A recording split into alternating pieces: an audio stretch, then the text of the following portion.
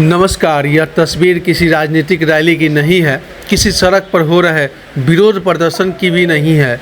यह घटना हुई है उस जगह पर जिसे हम शिक्षा का मंदिर कहते हैं। छपरा के जयप्रकाश विश्वविद्यालय में मंगलवार की दोपहर कुलपति प्रोफेसर डॉक्टर परमेंद्र कुमार वाजपेयी विश्वविद्यालय परिसर में लोकनायक जयप्रकाश नारायण की प्रतिमा पर पुष्पांजलि अर्पित करते हैं। प्रतिमा से आगे बढ़ते हैं प्रशासनिक भवन की ओर, तभी कुछ लोग आते हैं, उन पर मोबिल यानी काला तेल फेंक देते हैं।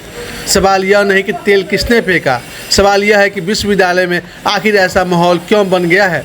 कुलपति तक सुरक्षित नहीं है। सवाल यह भी है कि जब परिसर में सुरक्षा व्यवस्था मौजूद थी तब हमलावर आराम से आए और आराम से भाग भी गए, और जब पुलिस जांच के लिए पहुंचती है तो पता चलता है कि कोई सीसीटीवी कैमरे बंद पड़े हैं।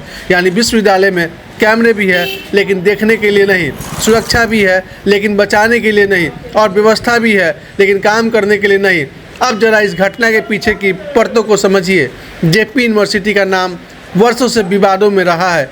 छात्रों की शिकायत रही है कि 3 साल का कोर्स 6 से 7-8 साल में पूरा होता है, परीक्षा समय पर नहीं होता, रिजल्ट लटकता रहता है, फाइलें घूमती हैं, और छात्रों के बीच यह धारणा भी गहरी होती गई है कि बिना पैसे कई काम नहीं होते। इन आरोपी की जांच और सत्यापन अपनी जगह है, लेकिन इतना जरूर है कि विश्वविद्यालय के खिलाफ असंतोष नया नहीं है। विरोध भी वर्षों से होता रहा है। धरना हुआ, प्रदर्शन हुआ, नारे लगे, ज्ञापन दिए गए, लेकिन विरोध और हमला दोनों एक चीज़ नहीं होते। लोकतंत्र में असहमति का अधिकार है, लेकिन किसी व्यक्ति पर मोबिल फेंकना, अपमानित करने की कोशिश करना यह विरोध नहीं, यह अराजकता है। और अगर कोई अपनी बात मनवाने के लिए इस रास्ते पर उतरता है तो वो खुद अपने मुद्दे को कमज़ोर कर देता है। दिलचस्प बात यह है कि यह पहली घटना भी नहीं है। जेपी यूनिवर्सिटी में इससे पहले भी पूर्व कुलपति DK गुप्ता पर मोबिल फेंका जा चुका है।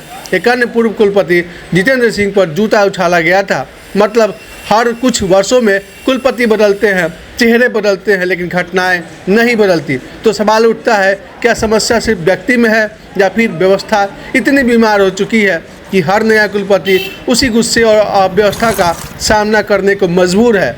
और अगर बार बार ऐसी घटनाएं हो रही हैं तो फिर सुरक्षा व्यवस्था और प्रशासन आखिर सबक क्यों नहीं ले रहा? क्यों कैमरे बंद है? क्यों उपद्रवी पहचान से बाहर है? क्यों शिक्षा की परिसर धीरे धीरे संघर्ष और अव्यवस्था का मैदान बनता जा रहा है?